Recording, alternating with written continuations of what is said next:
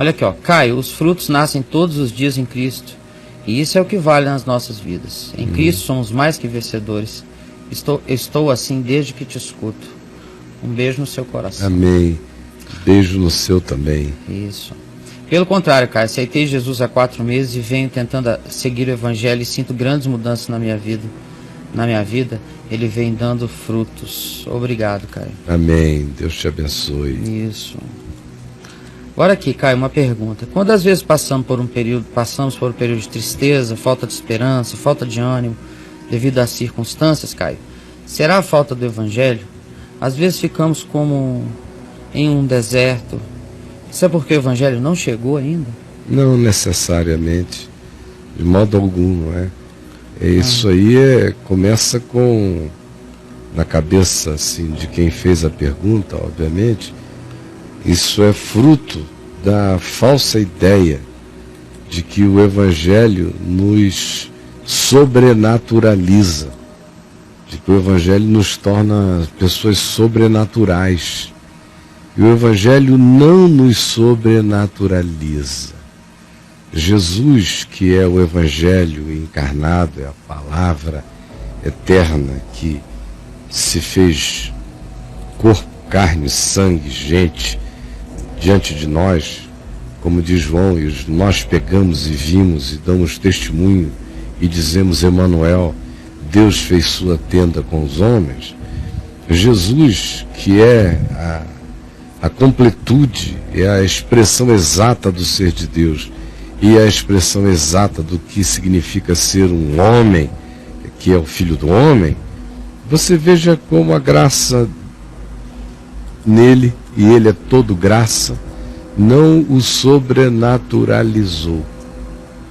Como na hora da fome ele teve fome, na hora da sede ele teve sede, na hora do cansaço ele quis dormir, e quando lhe foi permitido ele dormiu. Na hora da exaustão psicológica ele procurou um lugar lá fora do território de Israel, na região de Tiro e de Sidom, onde ele achou que poderia ter um repouso, mais privacidade. Quando as multidões passaram a apertá-lo e tocá-lo demais, ao ponto de que ele não podia mais nem se mover nos lugares, ele passou a falar de dentro de um barquinho, à beira-mar, e o povo se ajuntava para ouvi-lo. Então você veja como todo esse é um processo de um ente que não se sobrenaturaliza, e uma quantidade enorme de outras coisas.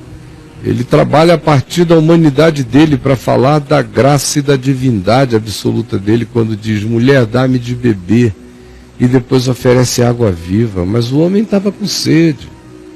Então, essa ideia que está na cabeça de um bocado de gente, que é também uma herança da teologia da prosperidade e de outras anteriores a ela, da sobrenaturalidade da vida do cristão, é uma grande mentira.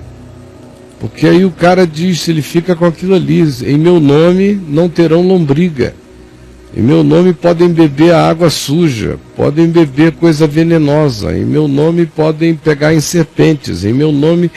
E o cara apanha isso aí e transforma isso num projeto de existência, no mínimo descuidada, em outras ocasiões totalmente suicida, e vai adiante e se arrebenta, e é picado, e fica doente, e aí entra em crise.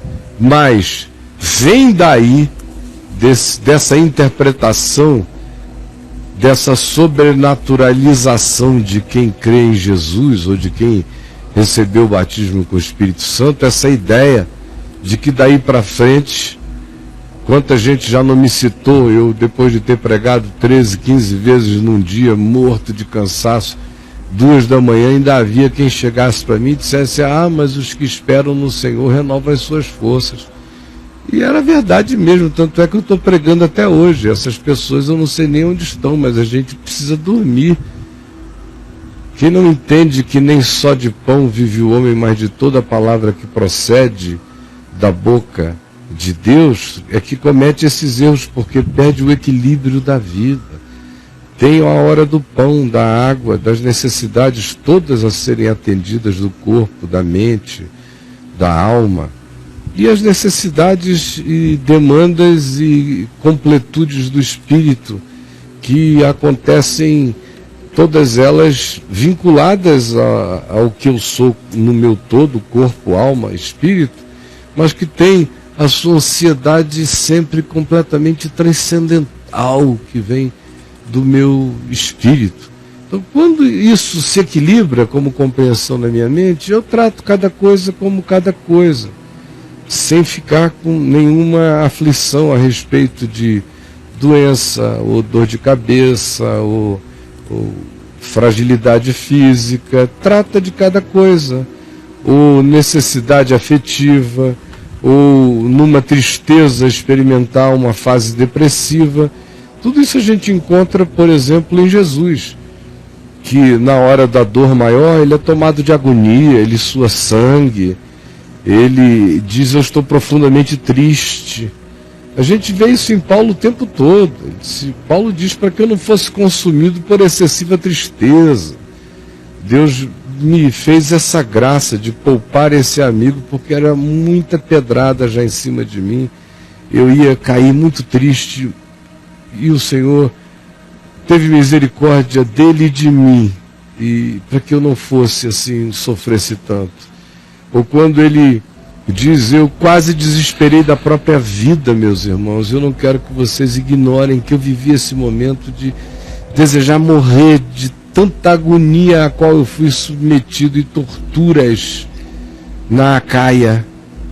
Como foi uma coisa horrorosa a experiência que eu tive lá. Ou quando ele diz que ele carregava um espinho na carne, que era mensageiro de Satanás, para ele não ficar soberbo. Ou em 2 Coríntios, no capítulo 4, quando ele diz que estava preso, e ele diz: olha, estou preso e triste, porque todos me abandonaram, porque estou com o coração arrasado, porque Alexandre o Latueiro, que era nosso irmão aqui, discípulo, foi dar testemunho falso a meu respeito no tribunal.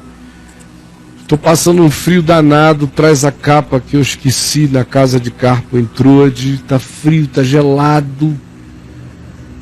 Traz os meus livros, porque está um tédio danado essa prisão, os livros que eu deixei também na casa de Carpo, traze para mim quando tu vieres. E eu estou sozinho, todos me abandonaram, somente Lucas está comigo. Isso não é a declaração de um ser sobrenatural, mas de um apóstolo completamente humano, vivendo e afirmando a realidade de cada coisa. Então, respondendo a você, é claro que não necessariamente, quando a gente entra nesses estados, é porque o Evangelho não entrou em nós. Existem fases na vida. Agora, quase sempre, eu diria com certeza uma coisa: essas fases tomam conta da gente e ficam muito mais fortes em nós, de duas uma. Ou quando elas fazem parte de algum mal congênito, e a gente não descobriu ainda na área química ou cerebral, aí tem que haver uma intervenção. Ou então, essas coisas fazem um mal muito maior a nós quando a gente sucumbe ao medo, que relaciona a existência de tais coisas ao abandono de Deus na nossa vida, ao desaparecimento de Deus. Aí fica uma coisa perversa, que é o que vem como implicação de se crer nessas coisas que são chamadas de Evangelho, mas são essas fantasias mentirosas do Evangelho que se anuncia por aí, que preconiza a sobrenaturalidade do crente, como ele é filho do rei, como ele é cabeça e não é cauda, como em relação a ele, tudo dele brilha mais, tudo dele é especial, e perversidades se acontecem na vida dele, não dá para entender, e os outros interpretam dizendo já um juízo. Deve ser porque ele estava desviado no coração do Senhor, senão o Senhor não permitiria. Porque Deus passa a ser o pastor alemão da existência desses crentes. E quando a existência vem e os solapa, porque estejam vivendo de crenças que são mentira, eles se escandalizam. Mas no seu caso, meu amigo, você que sonde o coração e veja o quanto que o Evangelho entrou, não entrou em você, mas se você está num estado depressivo, sonde o coração. Sonde, busque saber onde é que isso começou, por causa do quê. Quem sabe você precisa conversar com alguém, aí busque ajuda.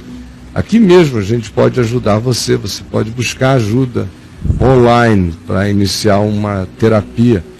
Mas se você buscar no seu coração, você pode se entender, se conhecer. Às vezes tem a ver com desassossegos que decorrem de nós não termos ainda tomado na nossa vida decisões que o nosso coração pede que a gente tome, para o bem da integralidade do nosso ser. Que o Senhor revele a você o que seja. É o que eu desejo em nome de Jesus.